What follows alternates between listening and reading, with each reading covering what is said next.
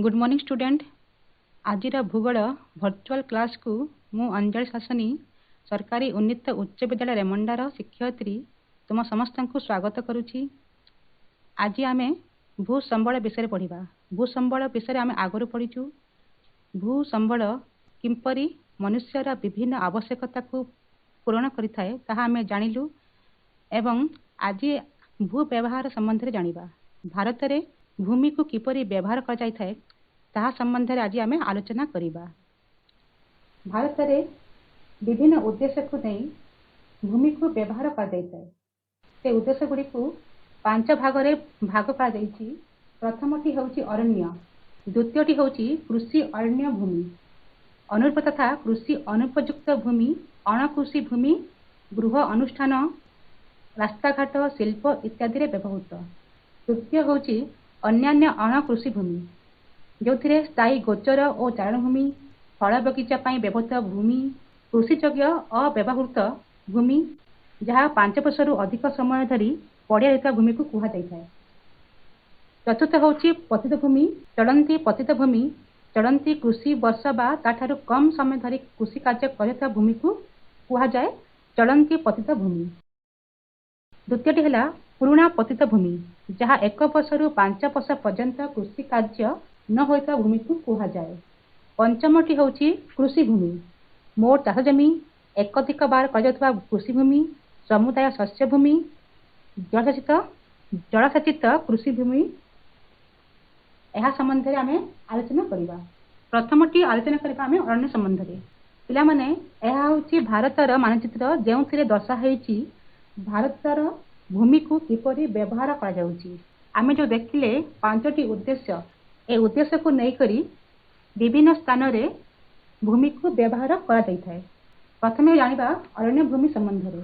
भारत में समुदाय भूमि शतकड़ा प्राय 24.39 भाग अरण्य भूमि रे अंतर्गत अटे। जातीय अर्थनीति अनुसार पारिस्थितिक संतुलन पई देशर समुदाय आयतन शतकड़ा 33 भाग अरण्य रहिबा कथा, जो पार्वत्य अंचल शतकड़ा 60 भाग, समतल अंचल शतकड़ा 20 भाग।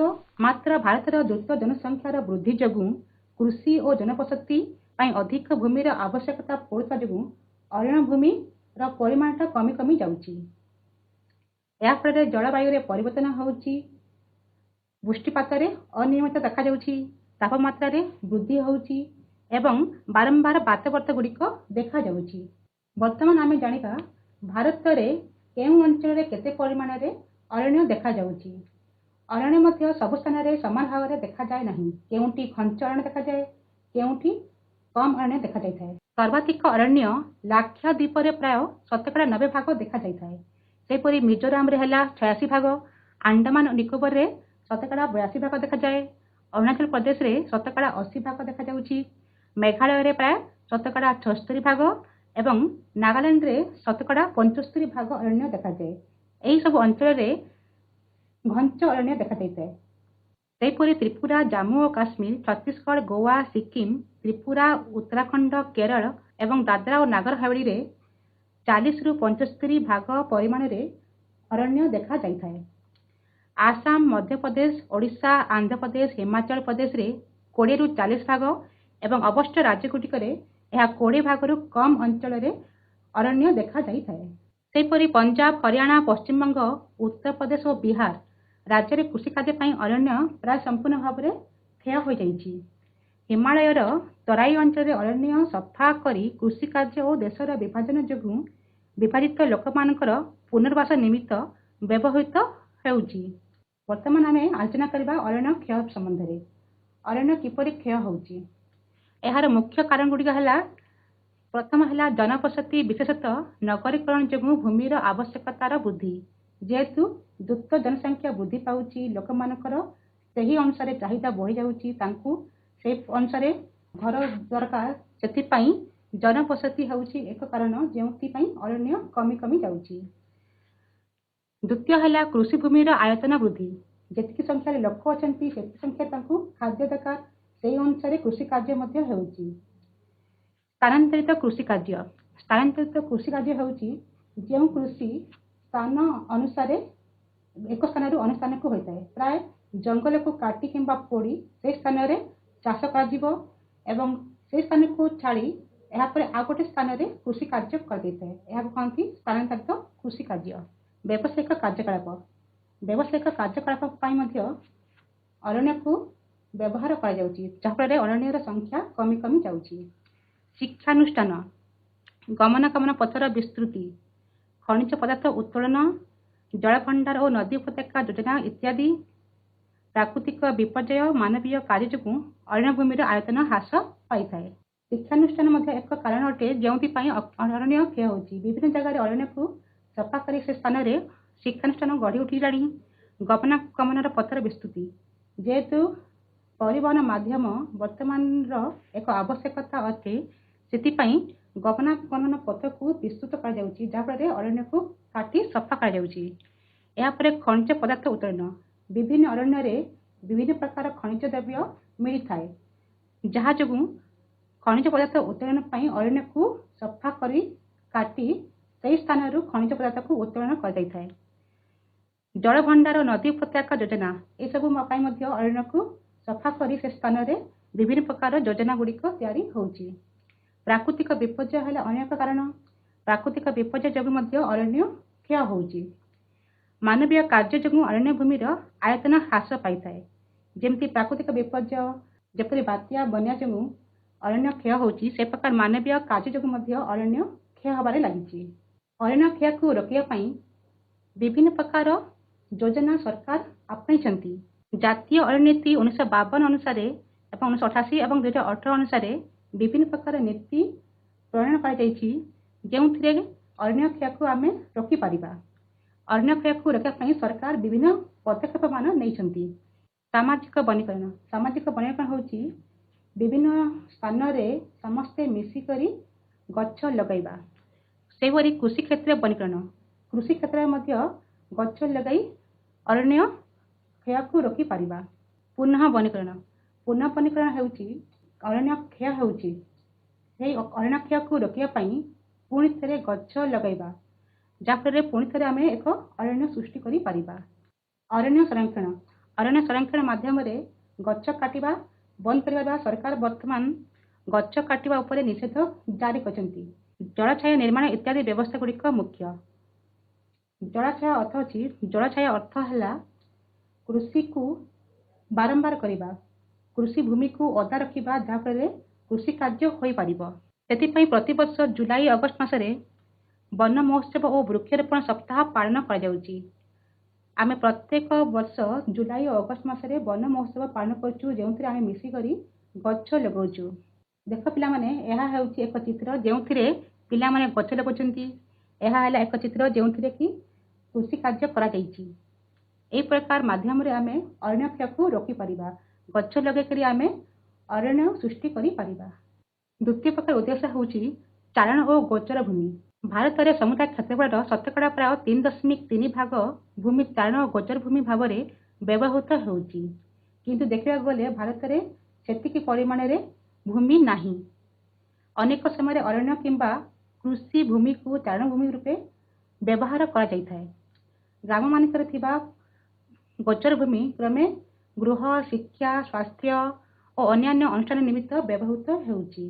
हिमालय पर्वतांचल में जम्मू और काश्मीर हिमाचल प्रदेश उत्तराखंड प्रभृति राज्य में उत्तर पूर्व राज्य गुड़िकर पर्वतांचल एवं पश्चिम घाट पार्वत्यांचल चारण भूमि देखा जाउची। एसबु क्षेत्र में पशुपालन को अधिक गुरुत्व दिया जाय थाए। भारतर हिमाचल प्रदेश में चारण भूमि सर्वाधिक देखा जाए। एठारे मुख्यतः पशुपालन करा जाए। देख पिला माने यह होची चित्र जो पशु माने चरुचंती। यह है गोचर भूमि बा चारण भूमि। या पर आम आलोचना करबा कृषि भूमि संबंध में। भारतर समुदाय जनसंख्यार प्राय 58% भागरू ऊर्ध्व लोक प्रत्यक्ष बा परोक्ष भाव में कृषि और कृषि भित्तिक विभिन्न कार्य उपरे निर्भरशील। भारत होउची एक कृषि प्रधान देश। प्राय लोक माने कृषि उपरे ही निर्भर करथांती। यह मोट जातीय उत्पादन प्राय 15.8% अटे। देशर समुदाय क्षेत्रफल प्राय अधाधिक भूमि विभिन्न प्रकार खाद्यशस्य अर्थकारी फसल तैलबीज पनीपरिबा फल और फूल प्रभृति उत्पादन करिबारे व्यवहृत होइथाए।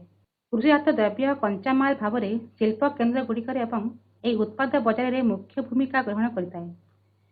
ଏହା ପୃଥିବୀର ଅନ୍ୟାନ୍ୟ ଦେଶଗୁଡ଼ିକ ତୁଳନାରେ ଯଥେଷ୍ଟ ଅଧିକ ହେଲେ ହେଁ ଦ୍ରୁତ ଜନସଂଖ୍ୟା ବୃଦ୍ଧି ଯୋଗୁଁ ମୁଣ୍ଡପିଛା ଚାଷ ଜମି କ୍ରମଶଃ ହ୍ରାସ ପାଇବାରେ ଲାଗିଛି। ପୃଥିବୀର ମୋଟ ଚାଷ ଜମିର ଆୟତନ ଏହାର ସମୁଦାୟ କ୍ଷେତ୍ରଫଳର ପ୍ରାୟ ଶତକଡ଼ା 32 ଭାଗ, ମାତ୍ର ଏହା ଭାରତର ପ୍ରାୟ ଶତକଡ଼ା 40ରୁ 64 ଭାଗ। ସ୍ୱାଧୀନତା ପ୍ରାପ୍ତି ପରେ ସମୁଦାୟ ଚାଷ ଜମିର ପରିମାଣରେ ବୃଦ୍ଧି ପରିଲକ୍ଷିତ ହୋଇଛି। 1950ରୁ 1951 ପ୍ରାୟ 118.75 ନିୟୁତ ହେକ୍ଟର ଥିଲାବେଳେ 2018ରୁ 2019 ପ୍ରାୟ 199.74 ନିୟୁତ ହେକ୍ଟର ଅଛି। ଭାରତର ସ୍ୱାଧୀନତା ପ୍ରାପ୍ତି ପୂର୍ବରୁ ଯେତିକି ପରିମାଣର କୃଷି ଥିଲା, ବର୍ତ୍ତମାନ ଆଧୁନିକ ଯୁଗରେ ଆଧୁନିକ ପ୍ରଣାଳୀରେ କୃଷି କାର୍ଯ୍ୟ କରିବା ଯୋଗୁଁ ତାହା ଉନ୍ନତ ହୋଇପାରୁଛି। ଭାରତରେ କେଉଁ ସ୍ଥାନରେ ଅଧିକ ପରିମାଣରେ ଚାଷ ହୋଇଥାଏ?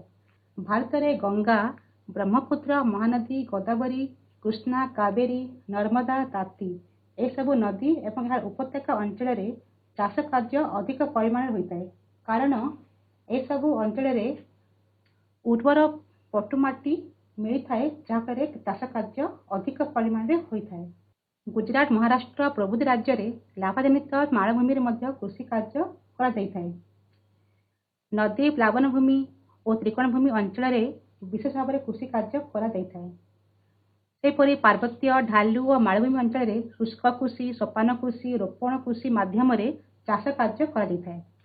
ଓଡ଼ିଶା, ଆସାମ, ଛତିଶଗଡ଼ ଆଦି ରାଜ୍ୟରେ ଏବଂ ପାର୍ବତ୍ୟାଞ୍ଚଳରେ ଅରଣ୍ୟକୁ କାଟି ଓ ପୋଡ଼ି ଚାଷ କାର୍ଯ୍ୟ କରାଯାଇଥାଏ। ଏହାକୁ କହନ୍ତି ସ୍ଥାନାନ୍ତରିତ କୃଷି। ଏହାକୁ ଓଡ଼ିଶାରେ ପୋଡୁ ଚାଷ ଏବଂ ଆସାମରେ ଝୁମ୍ ଚାଷ ବୋଲି କୁହାଯାଏ। ଦେଖ ପିଲାମାନେ, ଏହା ହେଉଛି ବିଭିନ୍ନ ମାଧ୍ୟମରେ କରାଯାଉଥିବା ଚାଷ କାର୍ଯ୍ୟର ଦୃଶ୍ୟ। ରୋପଣ କୃଷି, ଏହା ହେଉଛି ପୋଡୁ ଚାଷ, ଝୁମ୍ ଚାଷ। ଏହି ପ୍ରକାର ଆମ ଭାରତରେ ଚାଷ କାର୍ଯ୍ୟ ହେଉଛି। ଏହାପରେ ପଢ଼ିବା କୃଷି ଅଲଭ୍ୟ ଭୂମି ଉପରେ। କୃଷି ଅଲଭ୍ୟ ଭୂମି, ଯେଉଁ ଭୂମି କୃଷି ପାଇଁ ଅନୁପଯୁକ୍ତ ଅଟେ। ଏହି ଭୂମିରେ ଅଣକୃଷି ସମ୍ବନ୍ଧୀୟ ଭୂ ବ୍ୟବହାର ଦେଖାଯାଇଥାଏ, ଯେମିତି ଜନବସତି, ଯାତାୟାତ ପଥ, କେନାଲ, ଖଣି, ଖାଦାନ। ଏସବୁ ଅଞ୍ଚଳରେ କୃଷି କାର୍ଯ୍ୟ କରାଯାଇପାରିବ ନାହିଁ। ପତିତ ତଥା ଅଣକୃଷି ଭୂମି ଯଥା ପାହାଡ଼, ମରୁଭୂମି, ଜଳଭୂମି, ନଦୀଗଣ୍ଡ ଏସବୁ ସ୍ଥାନରେ ମଧ୍ୟ କୃଷି କାର୍ଯ୍ୟ ହୋଇପାରିବ ନାହିଁ। ପ୍ରଥମ ପ୍ରକାର ବ୍ୟବହାରରେ ଭୂମିର ଆୟତନ କ୍ରମଶଃ ବୃଦ୍ଧି ପାଇବାରେ ଲାଗିଛି। 1950-51ରେ ଏହା 9.36 ନିୟୁତ ହେକ୍ଟର ଥିଲାବେଳେ 2012-13ରେ ଏହା 24.5 ନିୟୁତ ହେକ୍ଟର ଅଛି। କାରଣ ଦେଶର ଅର୍ଥନୈତିକ ପ୍ରଗତି, ନଗରୀକରଣ, ଶିଳ୍ପୀକରଣ, ରାସ୍ତାଘାଟ ଇତ୍ୟାଦି ବୃଦ୍ଧି ଯୋଗୁଁ ଏହା ସମ୍ଭବ ହୋଇପାରିଛି। ସେହି ପ୍ରକାର ଦ୍ୱିତୀୟ ପ୍ରକାର ବ୍ୟବହାରରେ 1950-51ରେ ଏହା 38.16 ନିୟୁତ ହେକ୍ଟର ଥିଲାବେଳେ 2018-19ରେ ଏହା ପ୍ରାୟ 22.45 ନିୟୁତ ହେକ୍ଟରକୁ ହ୍ରାସ ପାଇଛି। କାରଣ ଏହି ସମୟରେ ବିଭିନ୍ନ ସାଂସ୍କୃତିକ ଅନୁଷ୍ଠାନ ତଥା କୃଷିଭୂମି ପାଇଁ ଆବଶ୍ୟକୀୟ ଭୂମି ରୂପେ ଏହା ବ୍ୟବହୃତ ହୋଇଛି। ଏହା ପଶ୍ଚିମବଙ୍ଗରେ ସର୍ବାଧିକ ବ୍ୟବହୃତ ହୋଇଛି। ପତିତ ଭୂମି। ବର୍ତ୍ତମାନ ଆମେ ଆଲୋଚନା କରିବା ପତିତ ଭୂମି ସମ୍ବନ୍ଧରେ। ପତିତ ଭୂମିକୁ ପ୍ରାୟ ପଡ଼ିଆ ଭୂମି ବୋଲି କୁହାଯାଇଥାଏ। ଚଳନ୍ତି ଓ ଅନ୍ୟାନ୍ୟ ପତିତଭୂମିର ଆୟତନ କ୍ରମଶଃ ହ୍ରାସ ପାଇବାରେ ଲାଗିଛି। କାହିଁକି ନା ଉନ୍ନତ ସାର, ଜଳସେଚନ, ଉନ୍ନତ ବିହନ, ବିକଶିତ ଚାଷ ପ୍ରଣାଳୀ ଇତ୍ୟାଦିର ବ୍ୟବହାର ଦ୍ୱାରା ଦ୍ରୁତ ବୃଦ୍ଧି ପାଉଥିବା ଜନସଂଖ୍ୟାକୁ ଖାଦ୍ୟ ଯୋଗାଣ କରିବା ପାଇଁ ଅଧିକ ଜମିରେ କୃଷି କାର୍ଯ୍ୟ କରିବାର ଆବଶ୍ୟକତା ପଡୁଛି। ତେଣୁ ପଡ଼ି ରହିଥିବା ଭୂମିକୁ ମଧ୍ୟ ଚାଷ କାର୍ଯ୍ୟରେ ଲଗାଯାଉଛି। ଏହି ପ୍ରକାର ପତିତଭୂମି ତାମିଲନାଡୁ, ବିହାର, ଆନ୍ଧ୍ରପ୍ରଦେଶ, ନାଗାଲାଣ୍ଡ, ମଣିପୁର, ମେଘାଳୟ, ରାଜସ୍ଥାନ, କର୍ଣ୍ଣାଟକ ଏସବୁ ରାଜ୍ୟରେ ଅଧିକ ପରିମାଣରେ ଦେଖାଯାଉଛି। ଏହା ହେଲା ପତିତ ଭୂମିର ଚିତ୍ର। ବର୍ତ୍ତମାନ ଆମେ ଆଲୋଚନା କରିବା ଅନ୍ୟାନ୍ୟ ଅଣକୃଷି ଭୂମି ସମ୍ବନ୍ଧରେ। ଏହି ପ୍ରକାର ଭୂମି ଗ୍ରାମ, ସହର, ଜନବସତି, ରାସ୍ତାଘାଟ, ରେଳପଥ, ବିମାନ ବନ୍ଦର, ପୋତାଶ୍ରୟ, ଶିକ୍ଷା, ସ୍ୱାସ୍ଥ୍ୟ ଓ ବିଭିନ୍ନ ପ୍ରଶାସନିକ ଅନୁଷ୍ଠାନ, ସ୍ଥାୟୀ, ଗୋଚର ଓ ଚାରଣଭୂମି ଇତ୍ୟାଦିରେ ବ୍ୟବହୃତ ହୋଇଥାଏ। ଜନସଂଖ୍ୟାର ଅଧିକ ଚାପ ଯୋଗୁଁ କେତେକ ଅଞ୍ଚଳରେ କୃଷିଭୂମି ଉପରେ ଓ ଅରଣ୍ୟ ସଫା କରି ଲୋକେ ଘରବାଡ଼ି ନିର୍ମାଣ କରୁଛନ୍ତି। ବିଶେଷ କରି ସହର ଉପକଣ୍ଠରେ ଥିବା କୃଷି ଉପଯୋଗୀ ଜମିକୁ ବାସ ଉପଯୋଗୀ ଭୂମିରେ ପରିବର୍ତ୍ତନ କରି ବସବାସ କରୁଛନ୍ତି। ଅନେକ ସ୍ଥାନରେ କୃଷିଭୂମିରେ ଶିଳ୍ପାନୁଷ୍ଠାନ, ରାସ୍ତାଘାଟ, ରେଳପଥ ଇତ୍ୟାଦି ନିର୍ମିତ ହେଉଛି। ଖଣିଜ ପଦାର୍ଥ ଖନନ ପାଇଁ ମଧ୍ୟ ଏହି ଭୂମିକୁ ବ୍ୟବହାର କରାଯାଉଛି। ଭୂକ୍ଷୟ। ବର୍ତ୍ତମାନ ଆମେ ଆଲୋଚନା କରିବା ଭୂକ୍ଷୟ ସମ୍ବନ୍ଧରେ। ଆମ ମୌଳିକ ଆବଶ୍ୟକତାର ଶତକଡ଼ା 95 ଭାଗ आमे खाद्य वस्त्र बासगृह भाव भूमि ही पाई फल अर्थनैतिक प्रगति सहित भूमिर व्यवहार विशेष परिवर्तन तथा भूक्षय जनित समस्यार सम्मुखीन होगाकू पड़ुछि। यह प्राकृतिक भूक्षय को मध्य अनेक अंश साहाय्य करिथाए। आमे जेतिकी परिमाण भूमि को व्यवहार करिबा सेतिकी परिमाण भूमि क्षय होगाकू मध्य लागिलानी। अधुना 2019 मसीह भारत में एपरी ह्रास पाइथिबा क्षयित भूमि हेउछि प्राय 4.4 नियुत हेक्टर। एथिरु प्राय 28 भाग होछि अरण्य भूमि, 56 भाग जल द्वारा क्षयित भूमि एवं मनुष्यकृत क्षयित भूमि अटे।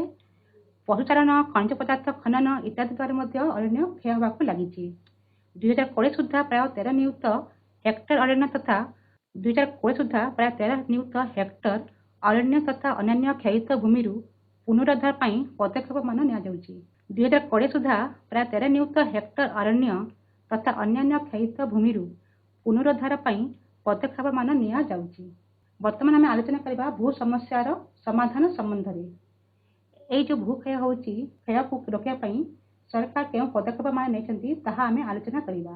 भूक्षय समस्यार समाधान ପାଇଁ विभिन्न उपाय मान अनुसृत हेउची। प्रथम हैला पुनः वनीकरण और नियंत्रित पशुचारण।